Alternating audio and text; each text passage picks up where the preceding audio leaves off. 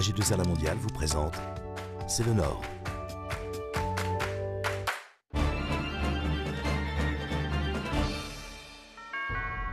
Bonjour, C'est le Nord s'intéresse aujourd'hui à la culture. Pour en parler, la femme du Nord que je reçois est Frédérique Sels, vice-présidente de la métropole européenne de Lille, en charge du développement économique, du commerce et de l'artisanat. Bonjour Frédérique Sels. Bonjour monsieur. Nous allons regarder ensemble pour commencer le reportage que nous avons réalisé à la Braderie de l'Art à Roubaix. Reportage. La Braderie de l'Art, le concept, depuis 1991, l'idée est d'enfermer littéralement 150 créateurs sélectionnés sur dossier. Face à eux, à peu près 2000 m3 d'objets et matériaux de récupération issus des entreprises locales. Ils doivent travailler à partir de ces matériaux devant le public et vendre leurs créations entre 1 et 300 €. Le slogan historique de la Braderie de l'Art étant « L'art à la portée de tous pendant 24 heures non-stop ».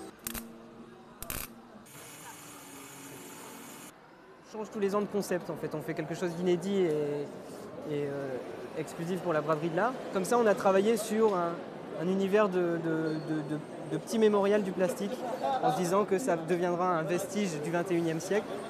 On l'espère en tout cas. On peut échanger avec les designers, avec les artistes. On peut voir aussi ce qu'ils font sur place. C'est magique de voir avec rien du tout ce qu'ils arrivent à faire. Et ça, c'est vraiment quelque chose pour moi qui est important. C'est un rendez-vous que j'attends maintenant chaque année.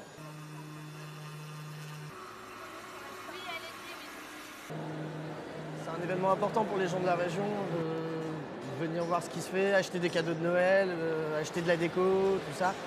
Les prix sont cool, il y a ce système de braderie donc où les gens peuvent négocier, les gens peuvent...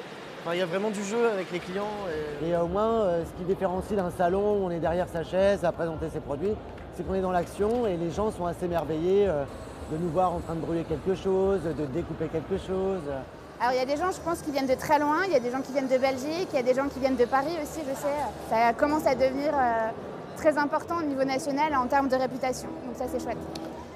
Frédérique Sels, après Lille 2004, capitale européenne de la culture, voici Lille Métropole 2020, capitale mondiale du design, après avoir coiffé Sydney sur le poteau.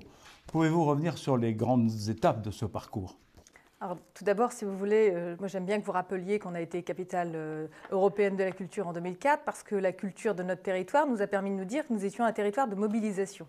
Donc quand on a décidé de déposer ce dossier courant 2017 en mars, on s'est dit qu'effectivement derrière nous on aurait tout le territoire. Et la différence qui a été faite, c'est que Lille a dit « nous serons » et que Sydney a dit « nous sommes ». Donc nous, en fait, ce que nous avons pu montrer, c'est que nous avions une vraie mobilisation et c'est ce que le jury a pu constater quand il est venu en juillet 2017. Nous avions tous les acteurs économiques, tous les acteurs culturels derrière nous. Nous avions aussi toutes les communes et c'est plus de 500 personnes en fait, qui se sont mobilisées dans les différents moments en fait, des 2 jours où le jury est venu en fait, pour nous sélectionner. Et alors, à la sortie de cette mobilisation générale, quelles vont être les manifestations ? Comment seront associés les habitants pour réussir cette opération ? Alors, ils vont être associés de diverses manières. Bien sûr, en fait, comme dans des grands événements en fait, culturels et économiques, on a des expositions qui vont s'organiser sur l'ensemble du territoire, mais on a aussi en fait, une mobilisation qui se fait par l'intermédiaire des villes, qui vont, elles, être un objet de transformation. Le design n'est pas une action, en fait, ce n'est pas le design de l'objet, c'est le design de processus en fait, de transformation du territoire, qui peut être à la fois dans une école, dans une médiathèque, dans une organisation, dans une entreprise. Donc les habitants, ils vont être associés parce qu'ils vont devoir donner leur avis.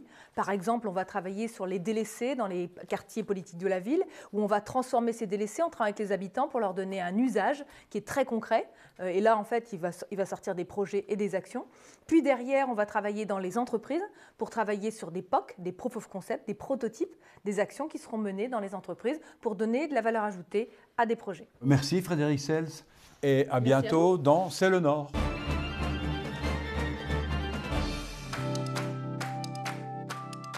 AG2R La Mondiale vous a présenté C'est le Nord.